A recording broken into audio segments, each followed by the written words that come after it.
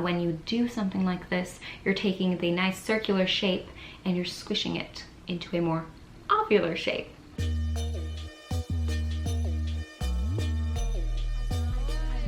Hello.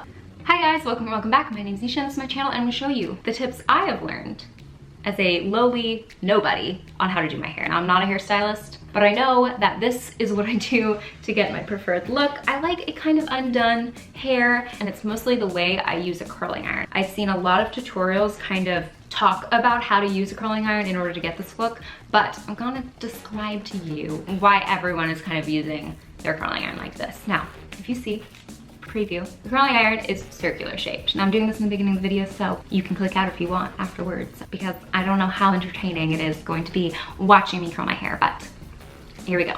A curling iron is very circular. When you curl your hair around a barrel, whether you wrap it with a clipless wand or with a clip, whether you do the twist and the curl around so you get those mermaid waves, whatever you do, when you do that, you're going to set your hair into a nice little circle. You're gonna have a little circle. A circle. When you take this circular curling iron and you do your little wandy thing, you see a lot of these people on the internet doing a pull down while it's still clamped in, or you're gonna see them take it out, twist it, and pull it down. Now, when you do something like this, you're taking the nice circular shape and you're squishing it into a more ovular shape. Now that is how everyone's getting these like messy, beachy waves. I've seen just like a lot of people do this and never describe it in a way that like makes sense in my head. So I hope that makes sense in your head. And so now you're like, okay, cool, got it. Don't need to watch the rest of this video. But if you do, baby, you can have whatever you like. I'm gonna curl my hair for you right now. Delicious. Hi, what's up? So obviously my hair is in a bun right now. I slept within a bun. So it's a little, you know how your hair gets like crunchy and dry. So it's just not its best. So the first thing I'm gonna use is this Unite 7-second detangler. It's kind of like a vegan cruelty-free version of that It's a 10 keratin spray, but it smells so much better. I think it works way better. I think it's like less greasy. So I'm going to spray that in my hair.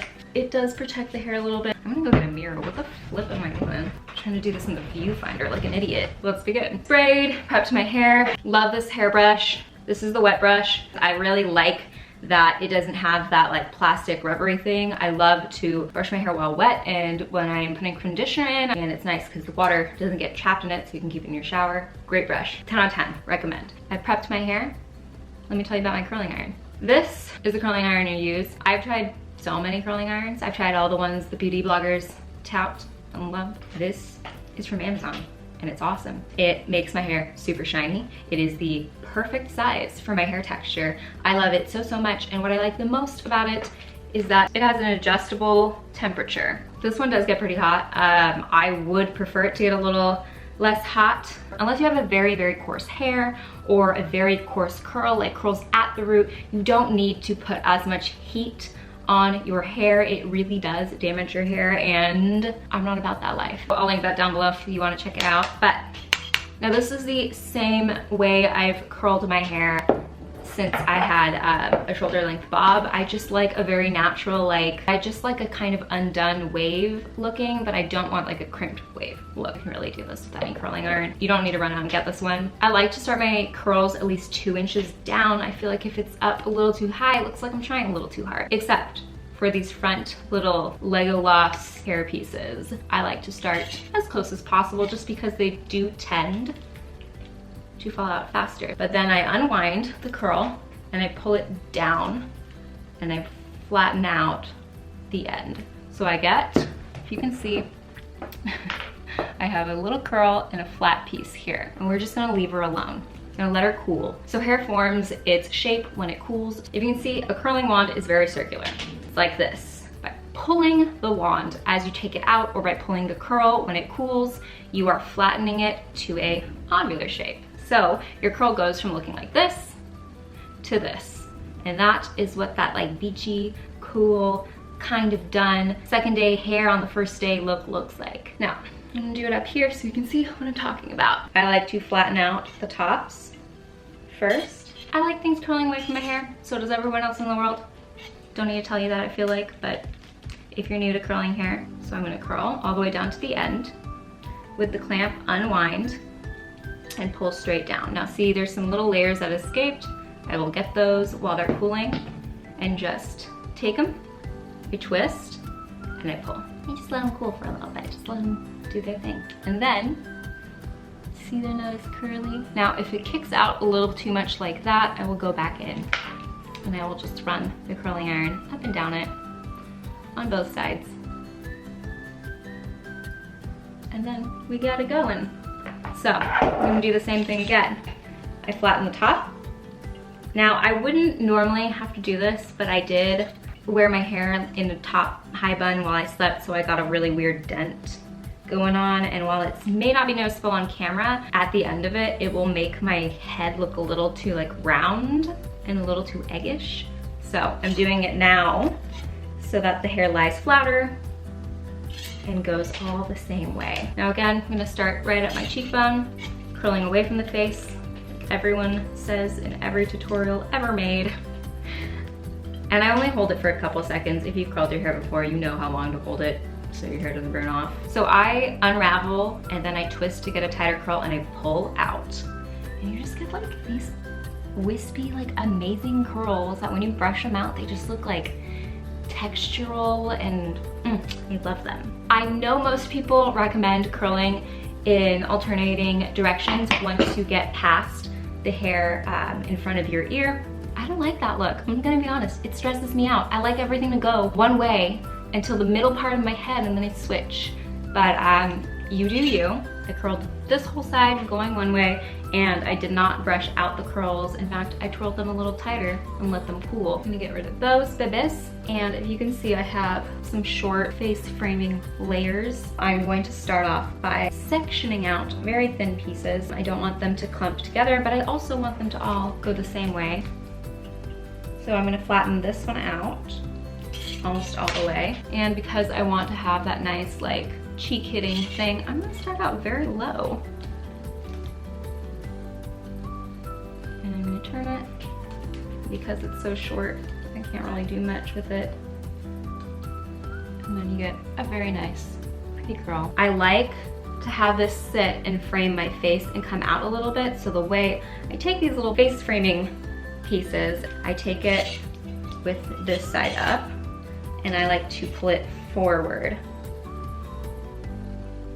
Even if you pulled your hair back all night, you can use that heat to kind of bring it forward. I know that's a lot of people's problems, is that like their hair dries in funky patterns, but if you're pulling it forward while flattening out, you should be able to get rid of a little bit of that bedhead. And I keep doing that until I have like enough hair where I feel like it's pretty. And I do that with this side, except I have a little cowlick, my baby hairs, so can't really go forward that much with that. But on this side, where I have no baby hairs and it's flat, I can. It's not the baby hairs, it's the cowlick.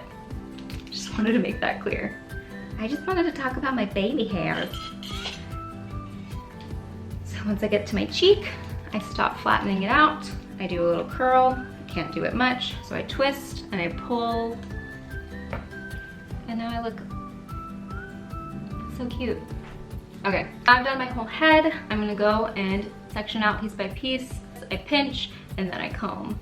I pinch and then I comb. I know some people just rake through. I feel like it doesn't loosen up the curls properly. Not from the top, but from the root. This is what I mean. So I'm gonna do the same thing. I'm not gonna touch the front as much. These pieces of hair tend to be drier, for me at least. These and then these sideburn long pieces, they don't tend to hold a curl as much because they're a little more damaged. So they're just getting a lot of damage from the sun, from the heat, from me just like physically abusing it. So I kind of leave them alone for the most part, and I start over here.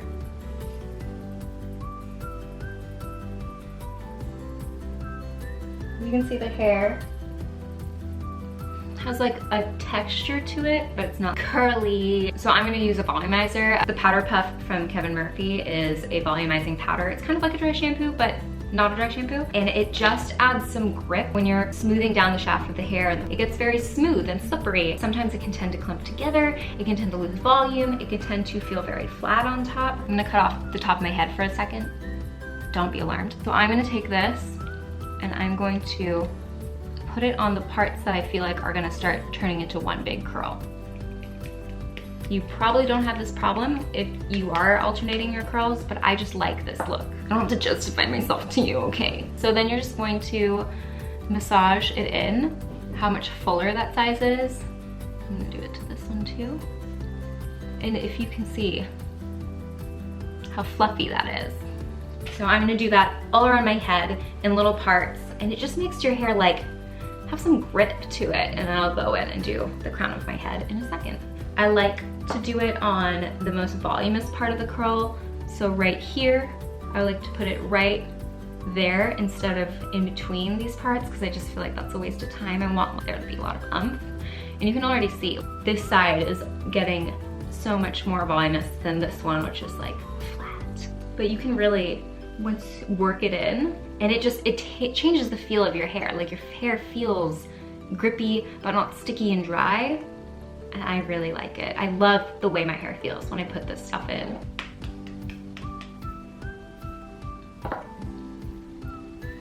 What do I mean? How fun is she? How fun is she? If you can't already tell the difference from this side where I've only done these little bangs and none of the back hair, I actually have more hair on this side because it's parted this way than this, but it looks twice as thick. Come on. So you can see right here, you can see this is the top of the peak of the wave. I'm gonna sprinkle in my little texturizer. And I mean, come on, that's a huge difference. Am I on QVC? Maybe. And then I can feel here, my hair is really slippery, whereas here it feels like textured, but not like dry, which is why I love this stuff, because it gives you like a soft feeling, but a lot of hold. So this part where I have a lot of slip, I'm going to zhuzh up, and I'm gonna do that same massaging and pulling apart motion. And then that is how it's done. That's how I do it. And then for the end, I like to flip my hair over and work in whatever's left from the powder puff into my roots, just to give it that lift. And I don't really like having a very harsh parting line, so I'll kind of mess with it. So.